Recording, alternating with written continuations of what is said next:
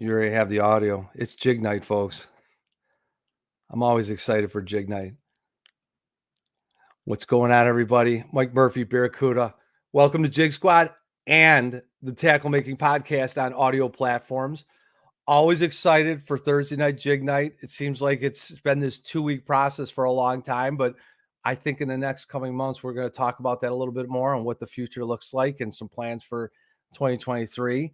And we're going to mix it up a little bit, but we're going to get right at it tonight. We talk jigs and we talk only jigs, right? Maybe a little bit about plastics once in a while or something else. But tonight, Ben and Trey are here from OneCast Fishing. Super excited to talk to them and allow them to tell their journey with OneCast Fishing and then particularly about some new products coming out. So let's get at it. I see everyone in chat. I'll be typing a little bit here as these guys come in, but I'm not going to.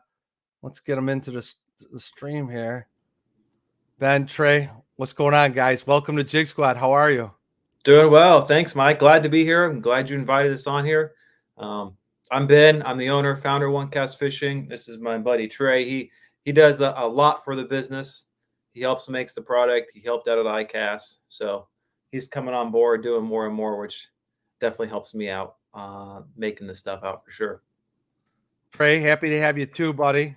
Hey, I know we got the chance to talk a little bit before we kind of got started here. So I'm super excited to hear you guys talk about some things tonight because there's a lot of things going on. So some of the regulars you'll see they'll keep rolling in here as we get going.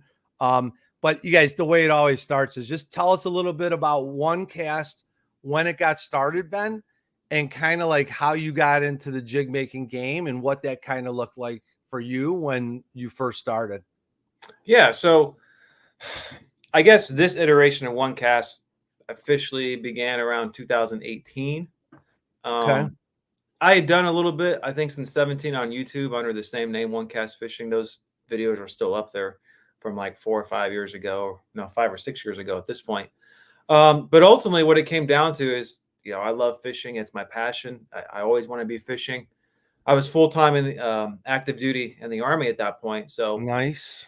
come home from work or, you want to go fishing, but the weather's terrible. So I wanted to find a hobby to get me, stay connected with fishing. So I started making jigs, hand pouring, do it molds, hand tying, all that stuff. In fact, I brought that's one of the original packaging right there. Yeah, I gotta make you big.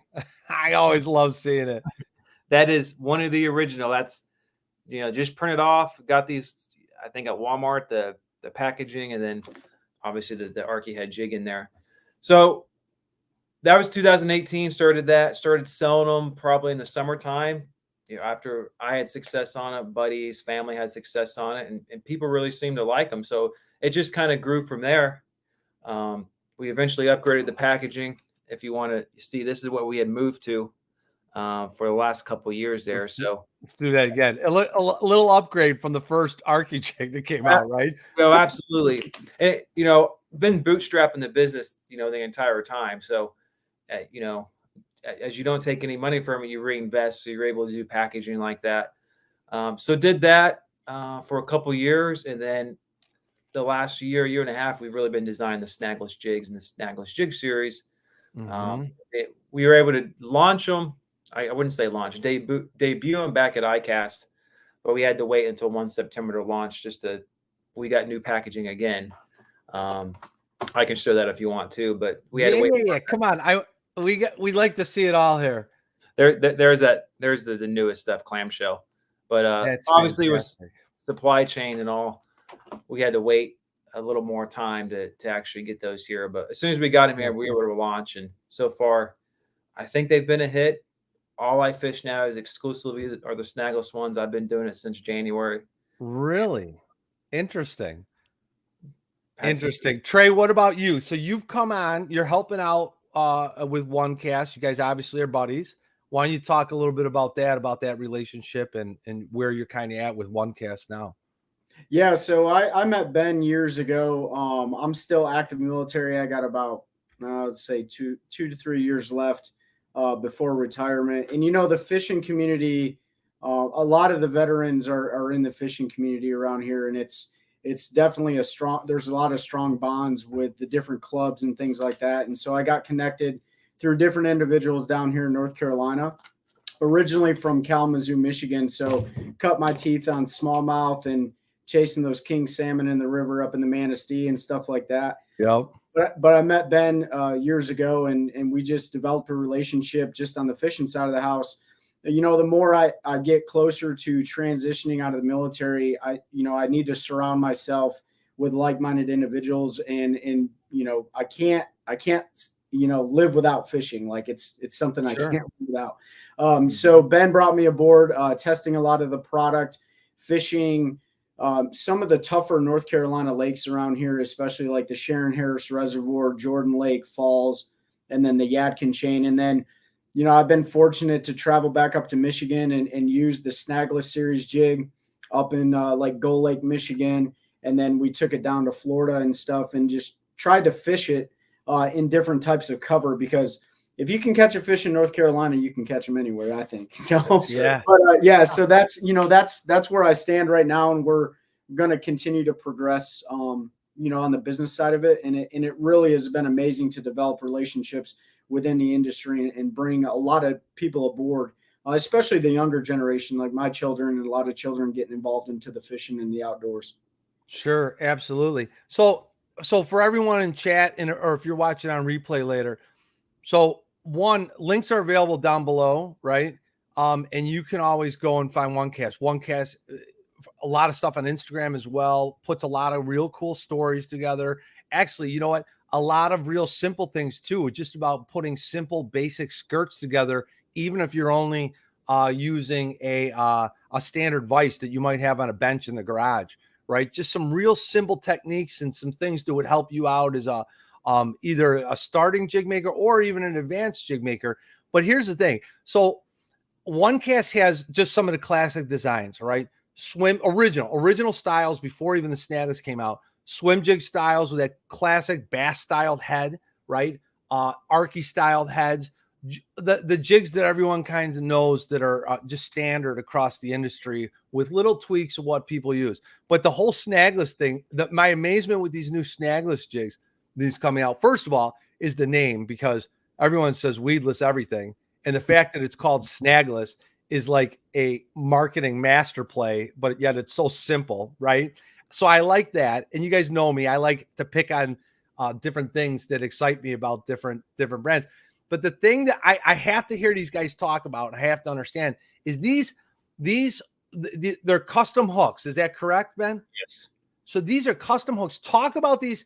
Talk about that whole process of how you even came up with the idea to do this. And I know that everything started off with the basic weedless net head, right? And that was the foundation of some of it. But from there, you decided that there is this whole other world of weedless, which you're now calling Snagless, that you wanted to create. So talk about that a little bit, about how that all came to be. Yeah, Mike, you're right. So I do my homework, buddy. I pay attention. I read. You're absolutely right. The inspiration came from the weedless nets. So we started offering those a year and a half, 2 years ago, by modifying your traditional Midwest finesse do it mold. Right. And I at that point I went through the process to find custom hooks, because I got some and got some others, and I just wasn't happy with what was out there. So I went up to find a supplier or a manufacturer to make the custom hooks. And so that's where the weedless nets come from. And the popularity and the success personally that I had on fishing those things in deep brush piles and be able to work that, just the weedless nature of that net through that and catch a lot of fish that way. I was like, why can't we make a full-size skirted jig that way? So I went around looking on the market to see there's got to be something out there, right? There's some other companies that have tried to find a similar solution using a straight shake hook, screw locks. You'll see swing heads, but nothing really with a completely solid hook all the way through that's got enough of a collar on there to actually put a skirt on. And so had that in my mind. So ultimately went to sketching some ideas out. I tried playing around with modifying do it molds, but just the nature of you need an elongated shank on your hook to make it work. Sure. So had CAD files done for both the molds and the hooks. Okay. And with the hooks, I went through and I went to a lot of the tackle shops. I picked up a lot of different EWG hooks and based up, because there's no industry standard on what's a 4-aught, what's a 5-aught, what's a 3-aught, Right. what's the rod diameter, what's the gap between the hook point and the bottom of the hook there. So just looking through a bunch, sketching them out, designing them, and then getting the manufacturer and fishing with them and having success on them. So that's kind of the R&D process, but obviously that takes a significant amount of time, and then add on all the supply chain issues that the world was having. It just took a lot of time sometimes to get some of the components, the skirts, the hooks, etc. All right, so here's a question for you guys, and this is my own inquisitiveness and inquiry, right? So I always take the time. I always try and make sure I have a general understanding of people's products besides just what I visually see on like Instagram and things like that. And a lot of times, because I am a custom jig maker, right? I've been making my own jigs for 25 years or more now, right? It's one of those things where there's certain things that, I'm drawn to that are different, right? So obviously the size, and I was always a OneCast fan before, because everything was always clean, right? And that was before the snagless stuff came out.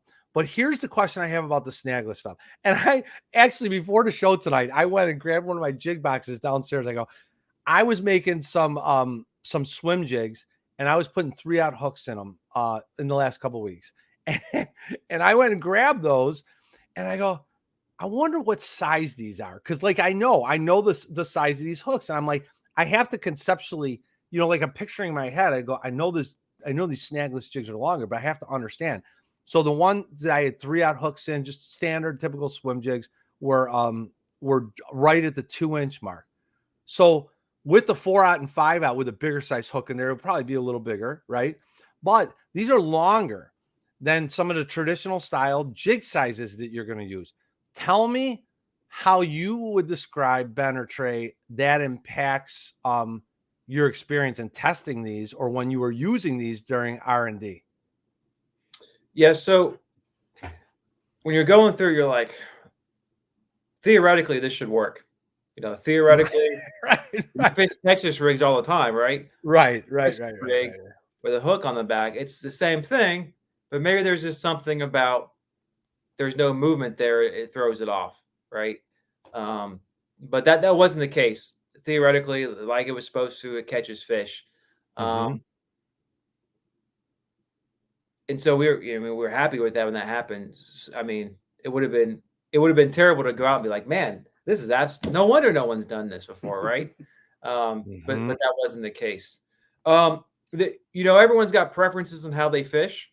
And going back to talking about the different sizes, the 4-aught, 3-aught, no industry standard. So I will say, for all the jig makers out there, the 327-86 series, the Mustad has. Yes. We use the footballs. I use them in my football jigs. The wire diameter on those 4-aught and 5-aughts are the same wire diameter on this. So I wanted a pretty stout hook, because if you go with the Mustad 327-98, right, they're 4 and 5-aught. Their wire diameter, it's a lighter wire hook, even though it's the same company, same 4 or 5-aught, but it's slightly different.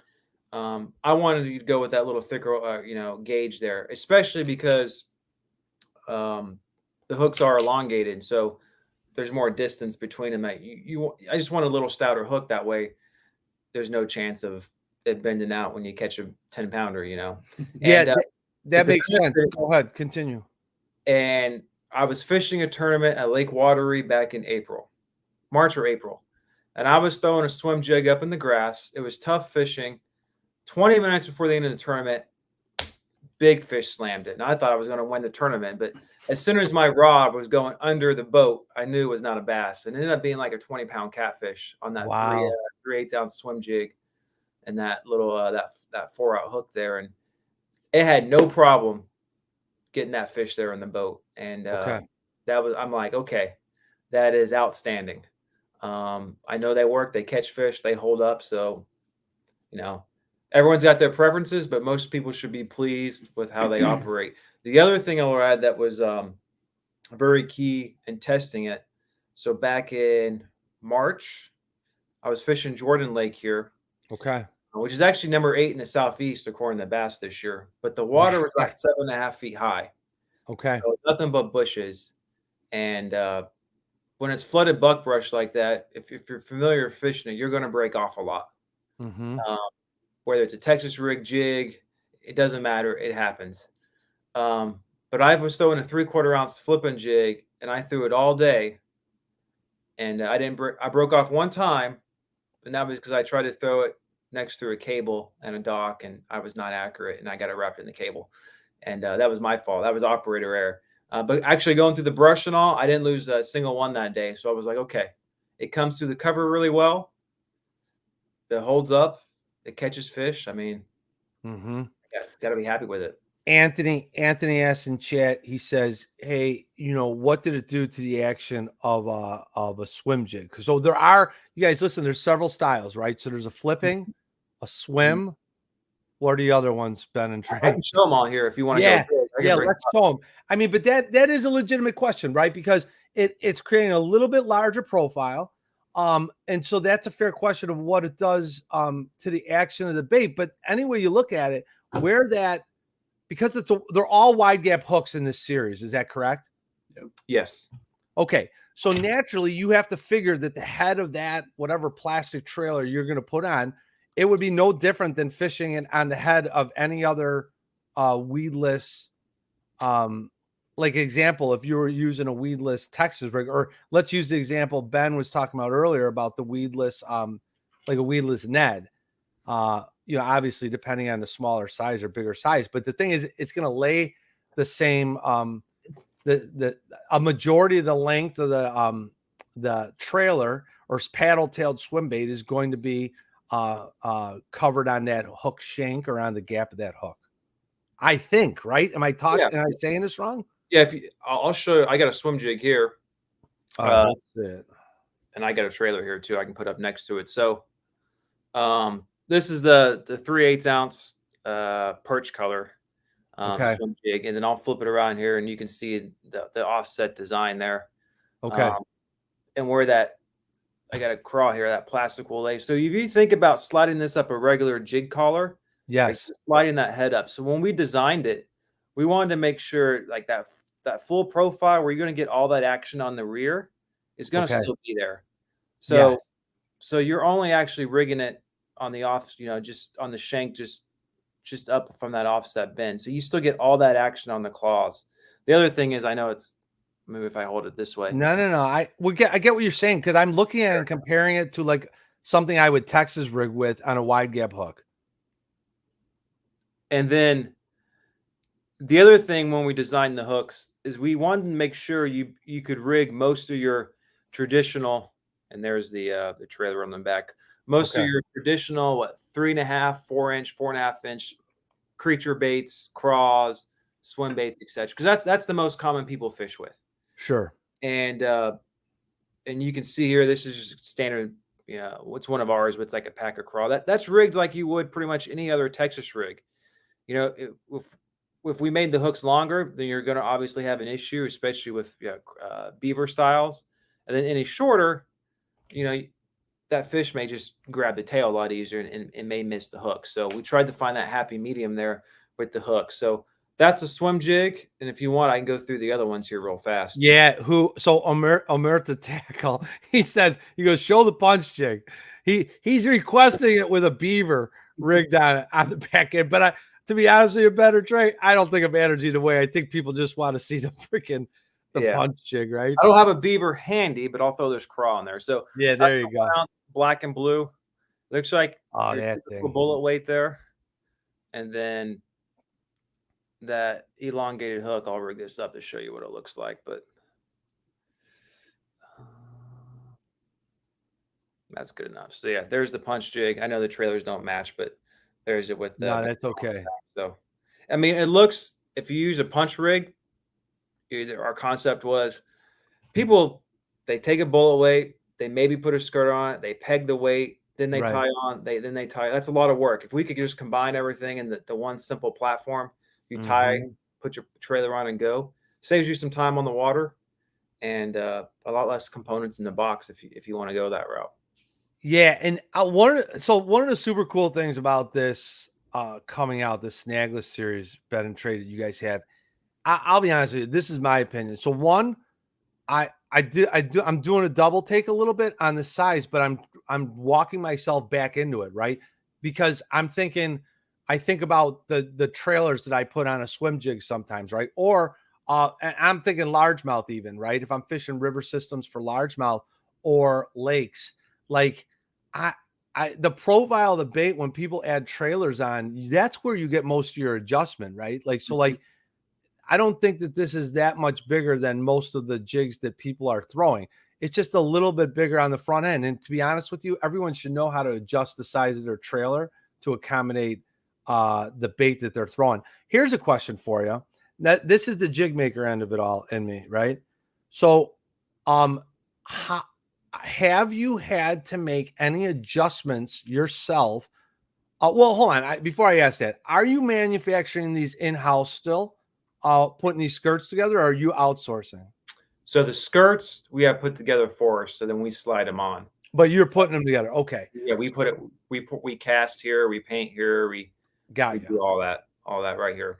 All right. So my question is, have you upped the size? Like everyone's probably got a different size that they'll say that they like for like skirt tab lengths, right? And then like if you're using like living rubber or anything like that, I shouldn't say living rubber or just rubber in general. People adjust the sizes they make. Did you increase the size or the length of those skirts to accommodate these jigs, or are you still working off what you would standardly use on your I don't want to call it the old versions, but your regular styled jigs, your flipping, swimming without the wide gaps? Are you same size skirts or any adjustments? So the same size standard skirts.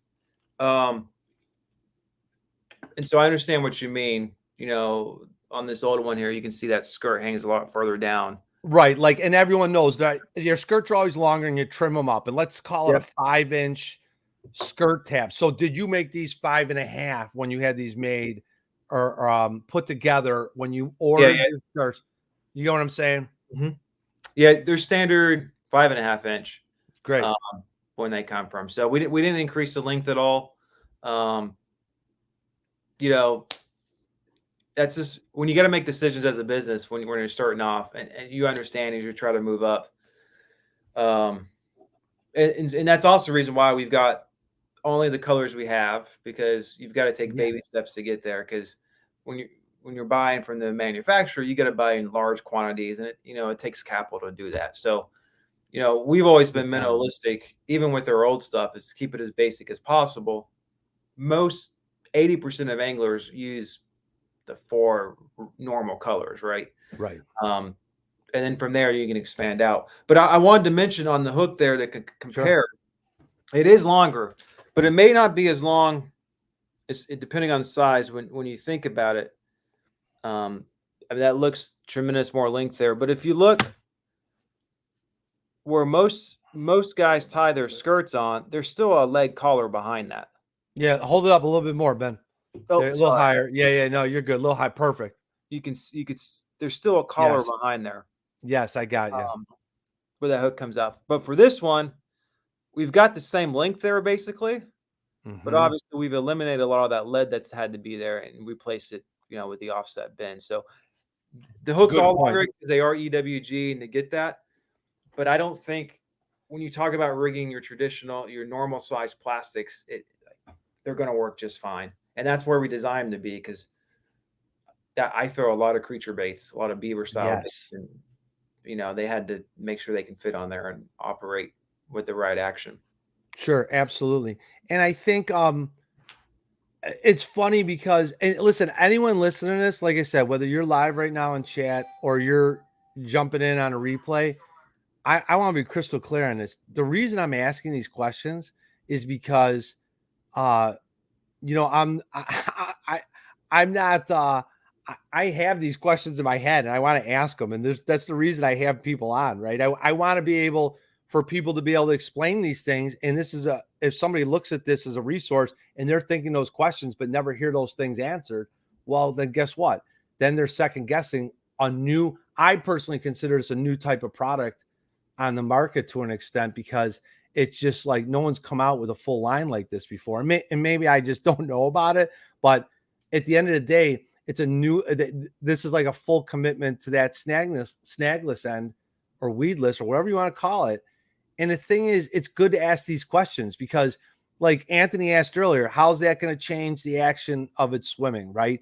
And then you actually showed it. Well, guess what? People need to see those things, right? The average Joe fisherman that isn't is scientific is probably a lot of us, right? Sometimes is going to look and they're going to see weedless or snagless, and it's automatically something they want. But for if you're like in my case, I'm a jig maker, right? So I'm thinking to myself, I want to know these nuances and differences because it helps me understand what the bait does and how it fishes. And I think that's a big deal. People want to hear it. And I didn't, you guys, I'm telling you, you guys know this. I'm not, Ben and Trey, they don't owe me anything and I don't owe them anything. So that's the best part of this. I just get to say my piece, Ben, you said something earlier I want to touch on, right? So, and this is something that I've always latched onto in terms of appreciating some things that I guess I could call simple, right? Simple colors, keep your stuff tight and clean and be good at the few things that you do. And you can always expand later, but you talked about like reinvesting dollars and packaging over the years back. I mean, there's no grander way to do it. I get confused when I go to a site and I see 100 different jig color options. I'm just going to be honest. It's not that I don't look at them all. I do look at them all.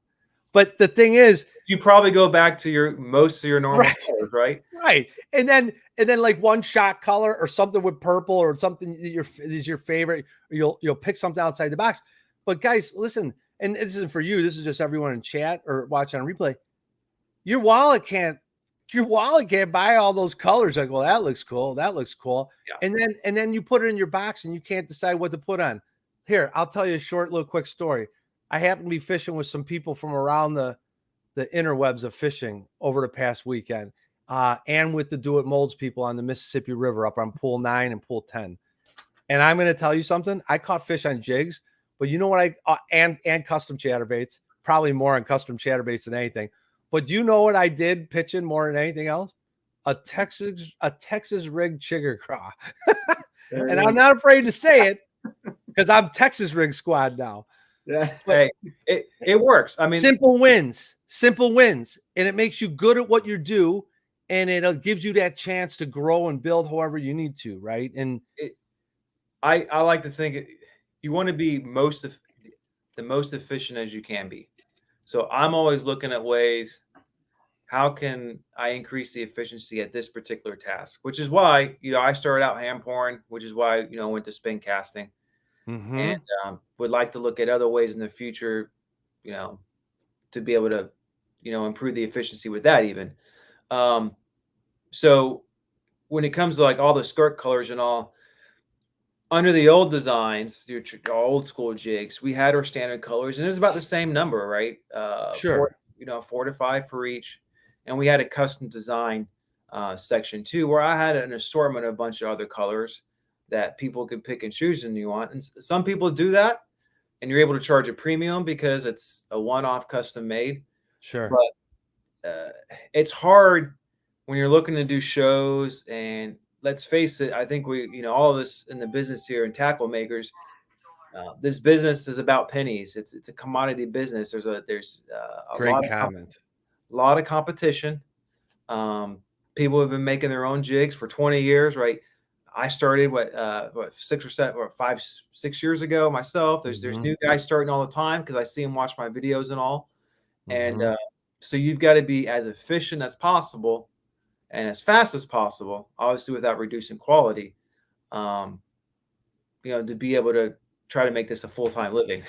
When you think about this new jig, it's funny because it's actually kind of a terrible business model, like catch more fish and lose less tackle, right? So we're Right. going to sell less. But, when you look at it from, we haven't changed, and I'll just throw something out there. We haven't really changed the M16, rifle too much over time, right? And just Sure. coming from the military side of the house, like when you look at a weapon system, a lot of times they're multi-purpose. And so with these jigs, testing them out and being able to pull the skirt off the jig and throw just a bait on the back without the skirt, or if the skirt breaks off, there's still utility behind the bait itself, instead of, if I cut that weed guard too short, then there might not be a lot of utility behind that jig. And again, it's all personal preference.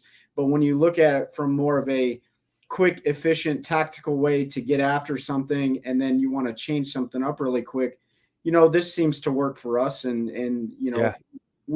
I took it down to the coast a few weeks ago and caught speckled trout with it. Right. Nice. And then we had a kid down at ICAST who caught a peacock bass with it.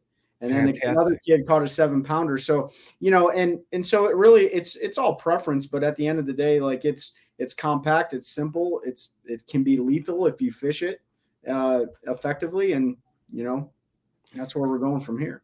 Yeah. It's a great comment, Trey, because I like the example I gave is, that I talked about with the weedless stuff is I had to start training myself to think outside the box. So what I mean by that is, so everyone knows whether, like in the case of Ben started making his own weedless Neds, right?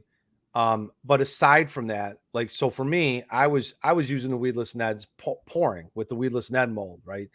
But separate from that, then Dua comes out with the Magnum weedless Ned, and like everyone's thinking creature baits and all these other things. And so what do? I don't know. I put up a reel of it and I started messing around. I go, oh my gosh. I said, I'm going to start to use my 4-inch tubes that I don't use anymore. I'm going to start to use those. So now all of a sudden, instead of Texas rigging a tube, I said, listen, I'm going to use this Magnum Net and I'm going to play around with it at ponds, and I'm going to start using that. And people are like, and I said, I'm like, it's a stupid tube still. People are like, no, it's not. It's not going to follow the same. Well, guess what, man? It catches fish. And to me, it replaces a Texas rig tube. It replaces a stupid tube, technically. And I'm able to use it effectively. So the reason I'm saying this is because from a Magnum perspective, right, of using an Arky head or a punching jig or a swim jig, to have that feature and function, it's almost as if people have to train themselves or allow themselves to think outside of the box of what has traditionally been available. And it's very easy to default back what I quote unquote know, right? But like I'm really trying to embrace the concept of these ideas and even though I'm not making things like this myself, I can appreciate the fact that it is being done and that you saw it through, right? And so from that end, like that's the value base to me. Like I really appreciate that about the jigs. What's your favorite? Trey, how about you? What's your favorite out of all these? Because they're all different purposes. You can get away with a swim jig and a flipping jig for some different multiple applications sometimes. But what do you like the most out of these yourself, and why? So you asked me to pick one of the Yep. series that I like the most. Yep. So, oh man, that's a hard one. Well, I'm not a huge bladed jig fisherman. I truly like a spinner bait. It's just something that I'm comfortable with. It's a confidence bait, but I would have to say it's most likely the flipping jig, and that's because I can do a lot of different things with it. Especially fishing the cover here in North Carolina, or just throwing it in open water. I do like the swim jig too, especially right now though, and where they're schooling up heavy, and so you can pull, especially how pressured they are throughout the summertime here.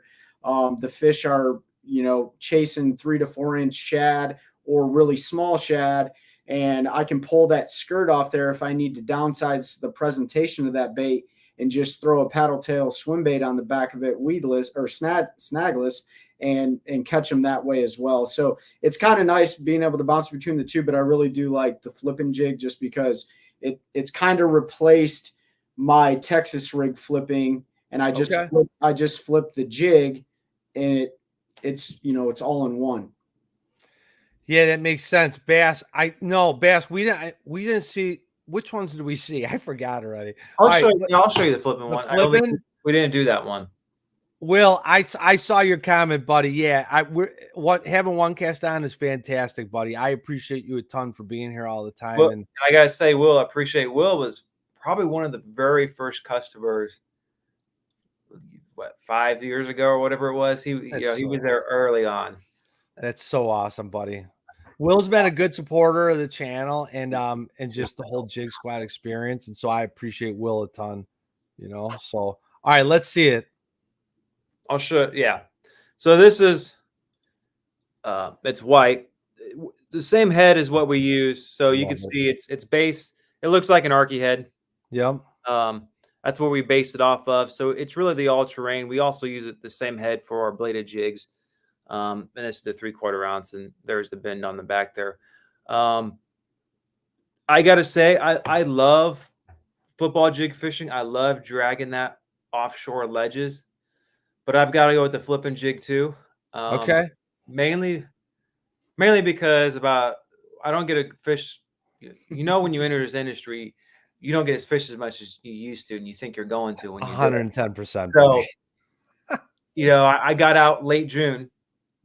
I live in a little small lake here. I ended up catching 23.5 pounds and 3 6-pounders on that flipping jig. That's fantastic. So I've got, they just sprayed the grass, which makes me mad, but there was a bunch of grass out there. There's milfoil patches and 8 to 10 foot. Mm-hmm. So I'm on live scope looking for the patches, and I just pitch out there like you would pitch into the bank, and then I would rip it up like you would a jigging spoon or something. Mm-hmm. And those big fish will come out and chase it. Now, of course, doing that, you'll miss a few because there's a reason why they put treble hooks on jigging spoons and all. Right. How many times do you do that? You catch them, on the gill or something, or on the mouth, not in the mouth. Mm-hmm. But yeah, ripping it through, dragging it through that milfoil patches down there. And then, you can skip it, hop it, drag it, that Arky head, basis, right? That design, you can do anything with it. Yeah, it's funny because we had a conversation this weekend or this past weekend, and we were talking about the fact we were pitching a lot of wood, right? And when you're using wood and you're using jigs and you're pitching the wood, you lose jigs, or else you're not fishing in the right spot. And so it's apropos so much right now that I have you guys on after I know I was having those conversations this weekend, because as soon as you go weedless, it's not, I think Trey said it earlier. At some point, I believe you might have said it, Ben, I'm not sure. You're gonna lose something that's Texas rigged, right? I think actually, Ben, I think we were talking about fishing buckbrush in a tee. You're gonna lose jigs. But the thing is, with these jigs, you just have a little extra advantage where you're not gonna lose them as much, right? And that's, at the end of the day, that should be an allure for fisher folk no matter what, right? Yeah, and what I'll add to that, nothing is fully snagness, nothing's fully weedness. Right. I've noticed fishing offshore brush piles, if it gets kind of hung up and I try to pop it really fast, a lot of times that will free it up. But if not, if I can get on the other side of it, most of the time it'll come free, because it's just that head that's kind of got snagged in there. Sure. In your traditional jig, you got that big exposed hook up there. It's more likely when you're shaking and doing that to actually get it in the wood than this. So, man, but I lost a couple the last time I went out, throwing in deep brush piles, cedar trees and all that happens. But I lose a whole lot less of these. And I think Trey loses a whole lot less too. I had, when we went down to iCast, I had a Blue Magic tied on, and I still have it tied on. That was since March of this year when we went out together and you caught that 5-pounder, and he wasn't even dragging a football head jig. He was dragging a flipping jig over a rock pile in about 8 foot of water. And he put the video together, and that's the one that we sent to iCast.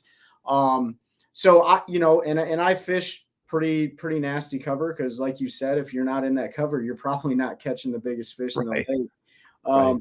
But I did the demonstration down at iCast in the lure tank, which was probably, you know, I've been through some things, but it was super stressful to get up in front of everybody. And I happened to be the last guy on the last day of the lure tank demonstration. So you can imagine how much pressure those fish have had with all the pros and stuff.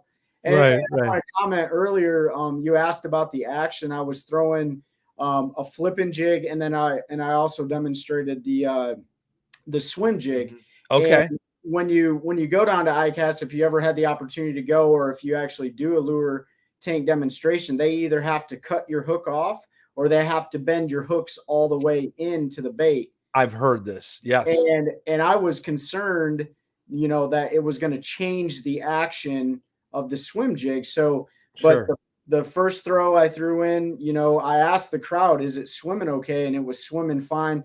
And I had one largemouth grab onto it. And then I threw the Blue Magic flipping jig in there and had one grab onto it as well. The bigger fish were underneath me. But the action, it was pretty cool, because we even rigged, you know, a lot of guys will rig like a straight plastic on the back, like a stick bait sometimes to change it up or whatever. I like doing that. I like going with straight tailed baits. One of the coolest things, and we didn't get it on video, but we rigged like a 6, I think it was a 5.5 or 6 inch soft plastic on the flipping jig.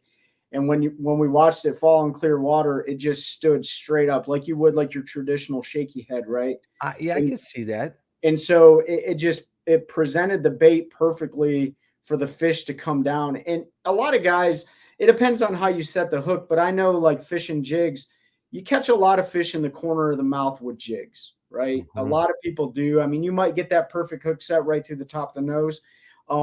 But, you know, and when we were testing this out, we were initially concerned, like, okay, is this going to have a good hookup ratio? But after we got out there to different lakes, took it up to Gull Lake, Michigan, and threw that perch color around and caught those largemouth in that clear water, took it down to Florida, gave it to some guys to flip some of that heavy cover. I think they fished Lake Toho with it. You know, the hookup ratio was like, it was fine. I mean, of course you're going to lose fish. That's going to happen. Right. But you felt it was similar to any others. Cause I'm glad you said that, Trey. Cause that's another question I had in my head is, you know, cause like I said, it's new, right? So when stuff's new, you have questions. And so I ultimately thought, and hopefully, you know, in time, if there's people that ever ask me about it, I'm going to say, hey, go watch the video and you can hear the answers yourself on Jigsquad. But the thing is, it was the other thing I'm thinking in my head is leverage point. All right. So from where that centering of that bait might be, and you even mentioned it on the site, Ben, pointing out that, you know, it eliminates some short striking from fish, and you have that worded that way on the site. But interesting to me, I'm interested to hear you guys talk about that, where the leverage point was when you were to set the hook and what that was like, because and I'll tell you, this is what I've kind of rested on with this. One, I've heard what you said. Two, I don't even think there would be a chance that you would have brought this to market if there was a concern with the leverage point on the hook set. And I'll tell you guys, listen, I'm gonna look at the camera when I say this, and this isn't for Ben and Trey. This is why I'm saying this. I'm saying this because I think plenty of people probably would in this industry, smaller companies. But the deal is, when you look back and you sit there, you have to form concepts of what people are about and how they do things. And there's several things that OneCast and Ben talks about, right? Several colors, doesn't want to overdo things. Dollars go into reinvesting in new packaging. It's all about building up. This never would have came to market if there was a problem with leverage and hook setting points. That's my opinion. I have not fished them. I'm just telling you straight up. You make observations about people, about how they do things, and I truly there's no way it would have happened. And like it's a Texas rig. Look at your Texas rigs and how you value fishing them. But anyway, those are just random thoughts from the Mike Murphy yard. Yeah. No, great questions. And that's probably, the biggest question we have, like, how's the hookup ratio? And the first, and some people are concerned about, well, that hook point's like basically in line with the eye there, right? You see a lot of, jigs, obviously that hook point, it's above the eye. And so my first thing I like to mention is that go put your Texas rig together. Number one, a lot of those Texas rig hooks you buy, that hook point is in line Yes. with the, right, and that hook, right, and that weight is over top of it, right. So it's all in line there. So the same concept applies. If you're really concerned about that weight blowing the fish's mouth open, then you don't throw a Texas rig, because it's pretty much the same, except it's all connected there, right? You don't have to assemble all that. Go ahead, Ben. Go ahead. No, go ahead. So I'm going to add to this, and I say this a lot about different styled hooks. And here's what I'll say in addition to a wide gap, the function of a wide gap hook. And there's other people who say Murphy doesn't know what he's talking about. Whatever. I think other people sometimes don't know what they're talking about. So my comment is that I always think about things whenever the bend in a hook or a wide gap starts taking on features and functions of a circle hook, you get some function of what a circle hook does. So as there's tension put on the line, as it turns, there's a roundness to that wide gap hook. In this case, this jig that functions like that. It's going to rotate in the mouth, and where does a circle hook always wind up in a fish? In the corner of the mouth, right? And so I closed windows, and one of my dogs is outside deciding he's going to bark at squirrels in the neighborhood. So I'm sorry. I didn't obviously close the other window. But I believe that the wide gap function of a hook is proportionally similar to what you get out of circle hooks. And they are in line. And anyone that tells you that they're not, that's not true. They're not looking at wide gap hooks. And that's just how it is. Go look at your wide gap hooks. That's how it is. Yeah. And, So go ahead, Trey. So yeah, like when we were testing this, we rigged up like ribbon tail worms, and as you would drag a Carolina rig, or you would drag a Texas rig on the bottom of the water, or on the lake bottom, when you look at a Texas rig, if you ever look at it, it does this. It just flops over, and you're dragging it, right? A lot of times that hook is sitting sideways, and that's why you see guys like set the hook sideways as they're dragging it. That's the advantage of this. When it's on the bottom of the water, it's still, depending on what you're hitting, right, or how fast you're dragging it. And you have to pay attention to how are the fish eating, right? There's times where I don't throw a jig, especially when the fish are eating real finicky and stuff like that. But what this jig has done, and what I've seen with my own eyes and we've watched it do it, like, in clear water, is it'll stay upright. And so that allows that fish to come down and grab that over that hook, instead of waiting for it to suck it in its mouth and then the hook do whatever it needs to do. And hopefully you get a good hook set. I catch a lot of fish on Texas rig and Carolina rigs. There's a time when you got to throw the Carolina rig here in North Carolina, because you're not going to get bit, especially on those pressured fish. But this has helped out a lot, and Sure. not having that deal lay over like that, especially if you rig it, and some soft plastics work better than other soft plastics, right? This is true. And it just depends on what that soft plastic, if it's infused with something, or if it's solid, or if it's hollow, whatever the case may be. You just got to play around with it and figure out what your preference is. Yeah, guys, I thank you guys a ton. So for everyone in chat, I'm gonna wrap up with Ben and Trey here in a little bit. I'm gonna stay on for a little bit. I'm gonna give you some updates on some things going on for the rest of the year with Jig Squad. But Ben and Trey, thank you so much for coming on, guys. And I mean, I don't want to if there's something you guys wanted to cover we haven't, by all means, this is your chance. But I like talking about the new snagless jigs, to be honest with you. Yeah. I don't get to talk about this stuff. I don't know. I'll share this. Talking about testing it, being worried about it if it's not going to catch fish. I think the first day I went out with them, wintertime, 45 degree, We're fishing laydowns in like 20 foot of water on the bottom. Okay. I'm dragging this jig, and I get like 4 or 5 hits on it, and I go to set the hook, and there's no fish there. Multiple times, multiple casts. Yeah. So my buddy in my boat, I said, rig up a normal jig. Same thing happened to him. We went down the Ned rig. They were just barely picking up the tip of the Ned rig and weren't getting it in. They were just very finicky. Not knowing that, well, kind of pieced together when we tried the other baits, but then went out there about a week later when they were, they were eating much better and no issues at all. And then in the spawn, I think I caught every single bedding fish first or second cast on one of these. Okay. Away, flipping in there, perfect, right? Hook set, no issues whatsoever. I was like, okay, I think we're good. Yeah, you guys, like I said, in chat or on replay, I mean, the thing is, the value of what you get out of a bait like this is extraordinary, right? And so, do I think it's worth it? I 110% think it's worth it. It's something different that you don't have in your arsenal, and I think it's worth trying. And if anything, here's my, like I said, when I talked about the larger sizes of the Midwest finesse, it's just there's so much more that you can do with it, and it starts changing your game. And the fact that it moves into the skirted jig game, I just think is extraordinary and super cool. And the timing of it, to be honest with you, it just kind of worked out this way.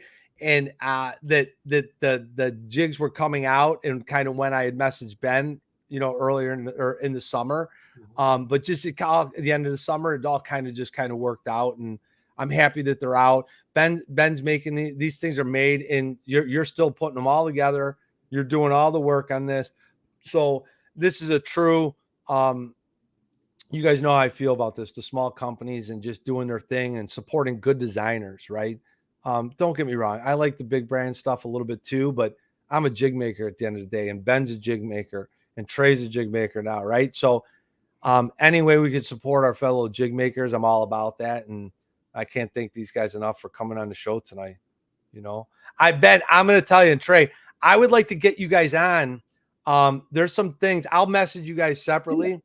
And I can't reveal this to everyone yet, but there's going to be some things coming in 2023 with Jigsquad. And I would like for you guys to have an opportunity to come back on Jigsquad for something a little different flavor. And I think you guys would be good candidates to be part of a couple of those processes and discussions, I should say. So, but guys, I appreciate you a ton. You guys, listen, links are down below. So as I told you, I'm going to stay on for a little bit and give you guys all a little update, but I'm going to cut Ben and Trey loose, and you guys know where to find them. Links are down below.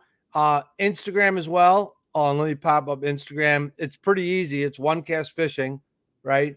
And you guys can find them down below in the video description or on their Instagram page.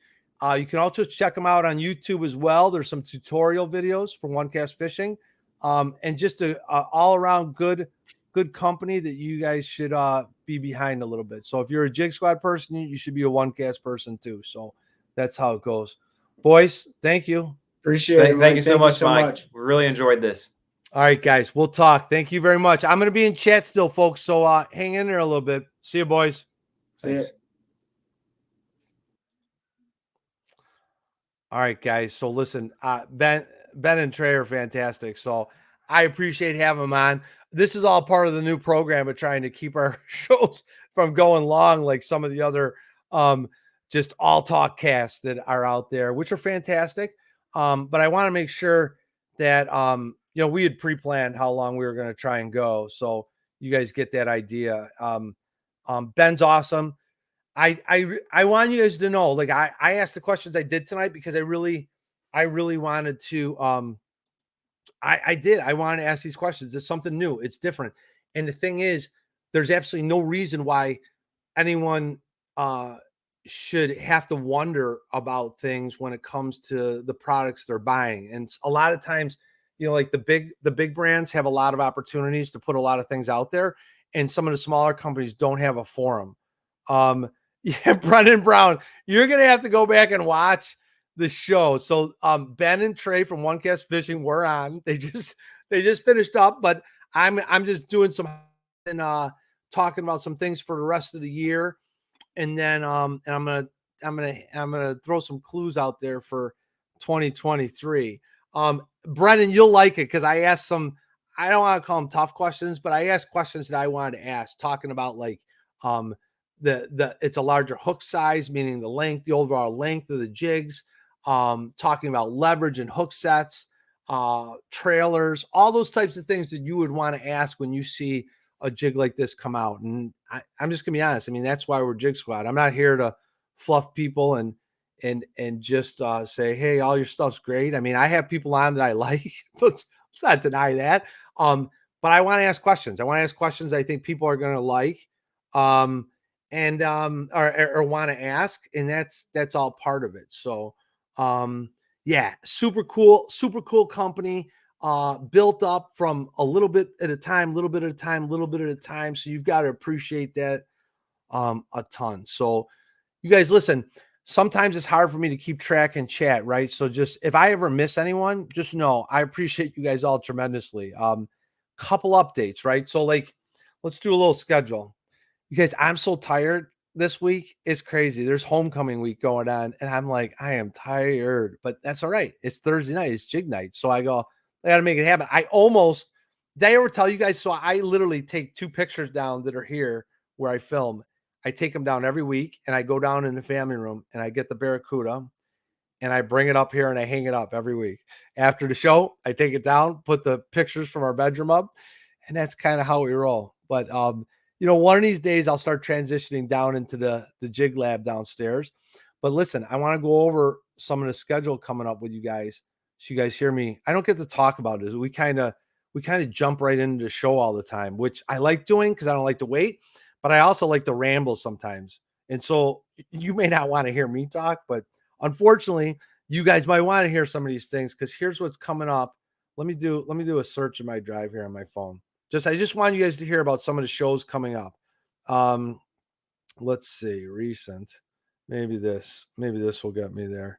All right, so here we go. So I want you guys to be able to hear about some of the guests coming up. So it's going to be a jam in time, and I'm super happy about some of the people that are going to be coming on. Okay, so next week, is Eric going to be joining you for fall winter time? So man, I'll tell you, I have no idea. Eric's got his hand in a lot of different things. Eric and I are still buds. He's been doing we knew what the deal was. He was going to help me out when we got started. And I knew tournament season was coming up. So where that goes from here, Eric's he's a regular. I mean, his home plate is with Travis on Smallmouth Crush. And then in addition to that, I know he's doing stuff with Monster Bass too. So, hey, lots of things to come. There's all kinds of possibilities, but at some point in time, and maybe not on a permanent basis, but there will be times when Eric is on this show for sure. And it might even be as a guest sometime, as an interview person. So, but here's what's coming up. All right. So next up out of the gate, and I'm going to try and read these. FXN, what's up, buddy? Welcome to all. So, all right. So next week, Aaron Diddy's going to be on. All right. So let me tell you about this.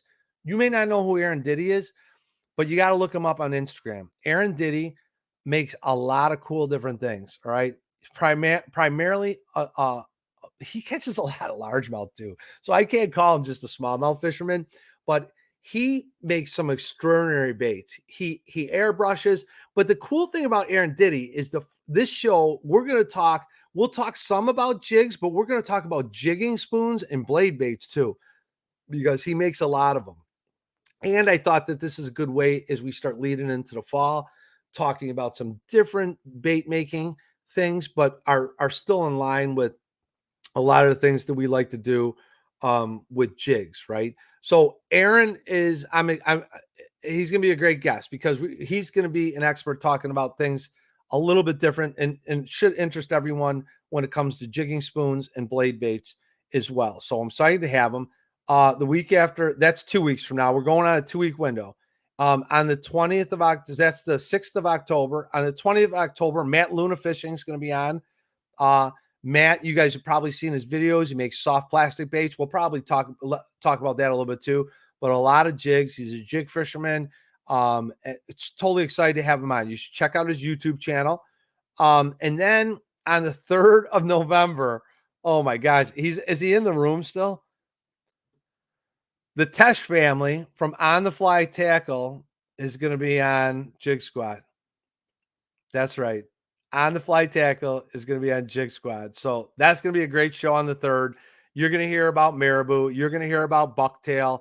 And to be honest with you, I think there's some people that just want to see some of their tying areas a little bit and what the magic is. The rumor is that there might be small fairies flying around in the background crafting some of their jigs, but I'm not certain. So if you haven't seen some of the on the fly stuff, you should go check out on Instagram as well. They're a fantastic northern Midwest designer, but they design for a lot of different things. So bass, muskie, even saltwater.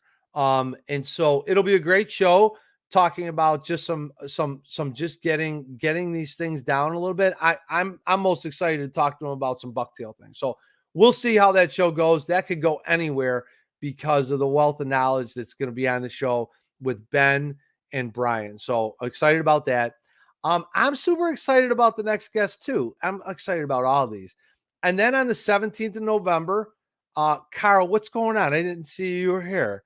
All right. So Carl, on tying squirrel and deer hair at some point. All right. So there's going to be some people that can do that. Maybe even on the fly, maybe able to offer some information on that, or we'll get Brian Schmidt on for an extra appearance one night is a go-to corner man. All right. All right. So the 17th of November, then Jamie Bruce is going to be on. And if you don't know who Jamie Bruce is a phenomenal tournament bass fisherman. And he's also part of the Bass Tactics crew, which makes the world famous Smeltonator jig, involved with Lake of the Woods Outdoors, Brian Gustafson, a lot of those far northern Lake of the Woods fishermen. And they've got several different unique jigs, but he's a jig maker himself. So even if you see pics from his own garage, he's just an awesome Canadian guy. And I'm super excited to get Jamie on. He's a fun dude, and it's gonna be fun to have him. All right. So then after Thanksgiving, now listen, guys, depending on what happens, I may even decide to throw in a show the Wednesday. I don't have one scheduled right now. The Wednesday leading into Thanksgiving. Not sure yet, but as of right now, there's nothing scheduled. So the next show, Jamie Bruce is on the 17th of November, and then we're going to December 1st, here's another cool one, right? Jim McLaughlin. So many of you might not know Jim McLaughlin, but Jim McLaughlin has been participatory and part of running, I'm just going to call it a newsletter magazine. What is the name of it? Does anyone know offhand? Jim McLaughlin has been tying for many years, and he's a legendary advocate for fishing in the North, particularly in Canada. And he has been part of the growth of jig making for many, many years. And he still ties all the time. But he is just, I said, I'm like, we got to get Jim McLaughlin on. This guy is the real deal. And he has done so much for the sport and has been such a founding father in the jig making world, particularly a lot. He makes a lot, he calls it fluff. So we'll talk marabou with Jim, but we're also talking about some bucktail stuff. So it's going to be exciting to have him on. And then everything's on a 2-week window till we get to January, right? Then December 15th, we got Mike Iovino, the guy with the best icon in all of bass fishing, for his logo, Fishing with Weensy. So Mike Iovino, Fishing with Weensy, fishes a lot of Candlewood Lake. He makes a lot of jigs. He makes bear, coyote, fox. He fishes with a lot of those types of materials and designs with a lot of those types of materials. And I think it would be cool to have somebody come on and give that whole discussion a chance to kind of blossom a little bit on Jig Squad. So after that, 2 weeks after that puts us at our my 1 year anniversary show. So I'm going to be honest with you. I'm not sure what I'm doing for that yet. Part of me says I want to bring on a big time guest. part of me says I just want to sit there and roll solo and say what I think of the industry and tell you what my life was like for a year running Jig Squad. Part of me says I should just do a 1-year anniversary show and then the day after do a follow-up behind the scenes and do it by myself and just talk about 1 year in the life of Jig Squad and what it was like, and what was hard, what I enjoyed, what was important to me. I don't know. You guys got opinions or comments, you can message me in time, but I just, the 1 year mark is a big important date to me, right? And it's important because there are certain things that I wanted to prove I could do this year. There's certain things that I wanted to do a certain way. And I'll let it ride until we get closer to that, and I'll let that kind of marinate a little bit. But most of you guys probably know almost everything I would almost say at that type of show. So that's where it's at. So what does 2023 look like? You're going to see me start throwing things up that says 2023 stuff, right? Doesn't mean there's going to be any specificity, but what I'll tell you is that I'm real happy that I've completed the schedule for the year, right? So one, I could sit there and show that I consistently put a product out there that was clean and did what I said I was going to do. But I will tell you this, 2023 will have parts of that, but it's going to be different too. There's lots of different concepts that I want to be able to do. I know a lot of people have talked about, like, Mike, it'd be cool to see people tying on video. I got to be honest with you. I'll talk about that when we get to the end of the year and either on the anniversary show or on my wrap up that I do behind the scenes. But there's a lot of different ideas I have. Panel shows, having multiple people on, topics of discussion. I don't know. I'm basically seeing how some things unfold. I'll also tell you that I'm thinking about, are there collaborations I want to do? Things like that. I've already mentioned that I kind of want to venture into salt a little bit. And even walleye a little bit. I have some connections with some pretty good walleye people. And then also some salt people that I'm, really fond of. Gator's saying, Chris McCluskey saying, you could do what you want to do. It's your show and you don't need, yeah, you're right. I don't need, you're right. I don't need approval for anything, but I will say this, who I am and how I do things is a big deal to me. Right. And, I don't like owing people things. I like doing things because I want to, and because I believe in it. And so, there's a lot of things that I'll talk about at the end of the year. And I want to do it that way because I want people to be able to hear, what my life was like in the world of Jig Squad. Right. And if anything, you guys hear me talk about being honest and straightforward and telling people what I think. And sometimes people are like, they don't agree with me. And the thing is, I've tried to remain humble. I've tried to remain fair. I've tried to have couth and tact. I don't think I've ripped anyone yet, other than when those crazy porn ads come onto the chat. That's about the only time where I say just random silly things. But I kind of want to cut loose a little bit next year. I want to be able to throw my opinion out there a little bit more once in a while, still tactfully. And to be honest with you, people ask for, like, hey, are you worried about losing people? No, never. And the thing is, I want to give people an experience where you're able to see, ESAC, I appreciate it, bro. It's one of those things. Tom Morehouse, you guys, if I get a taco maker on and then we just talk making tacos, I almost think that would be hilariously funny. I think that it would be, I think that would be good. But you guys get the gist. And so, like, there's only been one other time, I think, two other times, actually. One, I know on the back end having Cumberland Lures on, which is a fantastic company, and I love that guy. He was having some audio issues, and so I talked a little bit then, and then I did a pop-up show like back in March. But think about it, man. So the first show was the January or December 30th, maybe. It might have been December 30th. But we're gonna get to 1 year, and we're gonna let it rip. And next year is going to be more about letting it rip. I want you guys to hear the things I have to think about, the things I have to decide on what I'm going to do, what I prioritized and what was important to me. Would you guys separate? And that might not be the 1 year anniversary show, but would you guys like want to see a show like that? Hank Snow, what's up, buddy? Just the behind the scenes, a little chance for me to let my hair down. I don't have any. And just kind of talk about, here were the things that were hard with Jig Squad. Here were the things that I prioritized.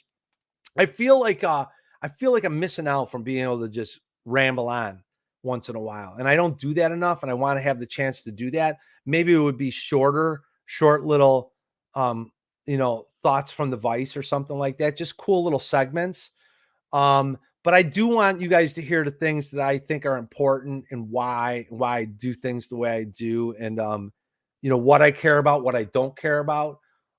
Those are big deals to me. Like I to be honest with you, I don't know if I see one person that typed in the chat that hasn't been on here many, many times. Like I'm scrolling up. Like you guys have all been around for so long, and I appreciate that a ton. Some of you have bought stickers. I have a few bucks saved up to go buy.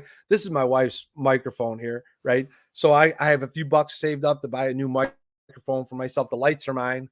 But like I said, it's all good. And yeah, I don't know. It's kind of like I want to do that would be one thing, like a little bit of updates from the Vice, maybe little forum topics where I have some other angles about that too. But to be honest with you, I realize that my line of thinking doesn't always translate into other people's wants and needs too, right? Which is totally reasonable. So I just said, well, man, you know what? That's why I started Jig Squad. I started Jig Squad just to do it my way or the highway, right? And so, yeah, Jig Squad for life, Yeah, so I don't know. I just I think there's a way to increase everyone's experience a little bit and expose you guys to other things, and it doesn't have to be something totally different. So forum conversations, I'll tell you more about that in time. Maybe behind the Vice, random thoughts. I would even like to have possibly a guest tips section where I would have people put out little guest tips that we would throw up and share. There's been some questions where people have talked about just some, like Jig Squad behind closed doors, but here's what I'll say about this, Brennan. The Jig Squad behind closed doors. I will say this, other than like, I try and keep the language clean on like a public forum like this. Like I believe in that. That's just me. Right. Aside from that, I'm pretty genuine, like I'm pretty, how I talk is how I talk. And it doesn't matter whether I'm at work or home or, like I believe in being genuine with people. And so like, and I've tried to be authentic. Right. And so that's the whole thing. So, but I want you guys to be able to see some different things too. Some people have talked about just some beginning fly tire tips. So like, if I could get some different people, all right. So I'm scrolling up here and I'm looking, and Brian's saying, I'd love to see some on the fly. I'd love to see some jig fishing shows talking about how they fish jigs. I know a few killer jig fishermen who'd hop on the show. That's a great example, right? So even something like that, where there would be a forum of like, say, a topic night, right? And say, here's the topic, right? And then give like 4 people a chance to just kind of go and let them start talking about it and debate, and then push each other. Like I want people to push each other. So that's an idea I have. I don't care if that happens my place or somewhere else. But at the end of the day, Jig Squad is Jig Squad, and it's not going anywhere. There may not be the regular, I'm interviewing a guest every 2 weeks. I may change things up. And so it's different things that occur at different times in a month. But I'm going to make sure we diversify. Darius, I appreciate it. South Jersey fishermen, that's a great comment. A jig competition. The one thing you got to remember is that, our ideas are bigger. Our ideas are bigger than what we can really eat sometimes. Like, you know what I mean? It's like going to the store when we're hungry, right? But isn't that kind of like every time you go to the tackle store? Like the ideas we come up with, so many things just don't even make it to the Vice or the table or starting tying. Like Carol Fergs, Carolyn said a little while ago on here, she's like, yeah, I'm going to need some tips about getting started with a few of these things. So that would be great. How great would that be if we try and get, whatever. I'm just throwing names I see out here, right? Let's say Larry Hadley jumps on for a few comments on powder coating, right? Or we put On the Fly on there, or Brian Schmidt, or anyone on there, or even guys like Brendan Brown fishing the Southeast, and they jump. We had them film something on just little tips about color combinations for crankbaits and how it translates over to making your jigs, a la like the Frank Scalish conversation, or just any of those things, like South Jersey Fisherman's he likes a lot of JDM stuff, just talking about some ideas behind JDM concepts, just little things like that that could influence people to kind of think about some different things. So White Whale, he says, in my head, designs are a Ferrari and the Vice, they come out as Kias. So, I'll tell you what, Greg, it's funny because I guarantee that jig's still going to catch fish, right? And here's the thing. I don't care whether you're a jig maker or you just like talking about these different concepts.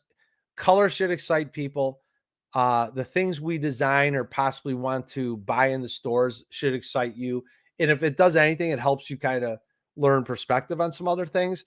I mean, that's all I'm trying to do. But I definitely need to diversify for myself, because the one thing I'll say before we get to the end of the year is that the grind is real, right?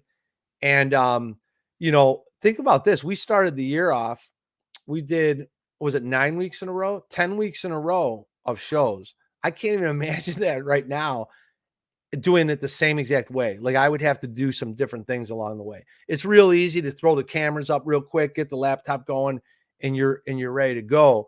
But like, I like what I do, and I like the interviews of things. And I think that I've become a better questioner over the year, where I asked questions like tonight with OneCast. Like, I wanted to ask specific questions about these things.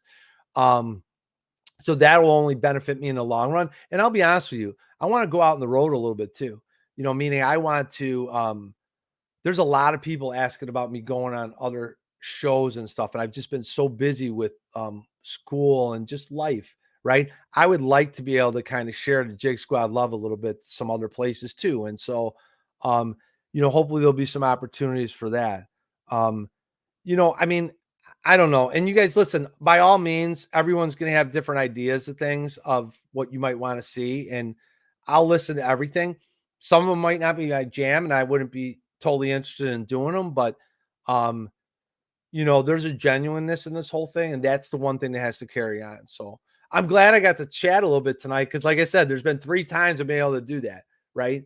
At the end of the Cumberland Lures, when I did a pop-up show, and then now, those are the only times I get to get on and talk. So, and you guys don't need updates from me all the time, but I would like to get on and talk about some different topics once in a while, and maybe plan that out a little bit and change it up. But there's some cool things coming. I'm even thinking about some collaborations, like I mentioned earlier. So we'll see what happens. So, I'm making sure I didn't miss any questions. Greg, I did like your comment about the Ferrari and the Kia. These little sessions are awesome. Yeah. You know what? Hey, listen, here's the thing. You guys all know. So the profile of these shows is, you see how it goes anywhere from 25 up to like 60 people in chat, right? I think that it peaks out at that sometimes for most of the shows. Afterward, the shows during the summer are getting like 400 to 500 views. And then the older, the shows, once you get to the winter, will start going back up again. So it's great. There's multiple shows over 1,000 views. It's great. It's great. I don't care. All I want to do is make jigs. Next up for me. What's next up for me? I had a great fun stint making a lot of hybrid jigs. I designed the hybrid jigs specifically because I wanted to use them more as swim jigs. But what is next for me? I'm going to be honest with you. I am probably going to I'm going to play around with some more swim jigs. And I had so much fun catching chatterbaits with the Do It Molds people last weekend. I'm going to make some more chatterbaits. And then I'm going to wait and start making sure I have my materials all ready that I need to go into the winter. And I want to start tying some smaller sized bucktails. To be honest with you, I have a whole bunch of walleye jigs that I have to tie up which will be sparsely tied bucktail jigs. And I'm gonna play around with some different colors and stuff and see what works. And that'll be mostly be for snap jigging, walleye, winter walleye. So I got to make sure I do those. But besides that, I'm gonna ease into the winter. I'm gonna tie marabou for sure, but I want to start playing around with making smaller sized bucktails, very small sized bucktails. Like there's several jig makers out there that make those small ones. Yeah. So Brennan says, thanks for making it out to Iowa last weekend. A blast. So we had a blast. So I'll talk about that for a minute while we're here, right? It's only 8:20. We got time. So I came out Friday night, right, Brennan? Friday night out to the Mississippi and got to fish with the Do It Molds people. And then several people were there, like Max Branzik came from Wisconsin. That guy Skimpy was there from Tacoma, Washington. Matt Luna from out in California was there. Brennan was there. Drake from Do It. And we smashed fish on the Mississippi. A lot of chunk largemouth, very unique unique opportunities of when we found different fish. Brennan Chapman, this guy stuck, and I know he's the jig guy, but this guy stuck 2 smallies on a freaking on a junior spook that was just like, are you kidding me? It was phenomenal. But a lot of woodfish, a lot of jig fish. I caught a lot on a Texas rig too, but I think I caught my most fish on a chatterbait, Texas rig, then a jig. And all my jig fish, to be honest with you, came on the hybrid grass jig that you saw me posting pictures of. Yeah. And Debo, how can I forget about that? Debo came out with us on Saturday and fished for the day and stayed hung for the evening. So you probably saw on his social media. It was just a great time. It was a good chance to fish. The Mississippi is an amazing place. The fish aren't like, you're not getting monster fish, but they're chunks. And they're river fish and they fight like crazy. And we got a lot of nice fish. So it was a lot of fun. And I'm glad I was able to do that and get that opportunity. So now I'm in the heat of homecoming week. It's been busy, right? So game tomorrow night, dance Saturday. But anyway, I appreciate you all. We're gonna get out of here. I know we had a few more people come in the room. So go back and watch the show. I'm interested to see what you guys think of the OneCast Fishing new snagless jigs. A little bit different, lots of things to consider, and hopefully we covered some of those topics tonight. So if you're in chat, I appreciate you all tremendously. If you're listening on replay, we'll be back at it in 2 weeks with Aaron Diddy. The show schedule, I will keep posting on Instagram, so you're seeing the people that are going to be coming up on the show over the next 2.5 months. But Bass, I appreciate the kind words, buddy. I appreciate all you. You guys take the time to support me, and that means I support you. This is Jig Squad. Thank you very much, folks. I'm out.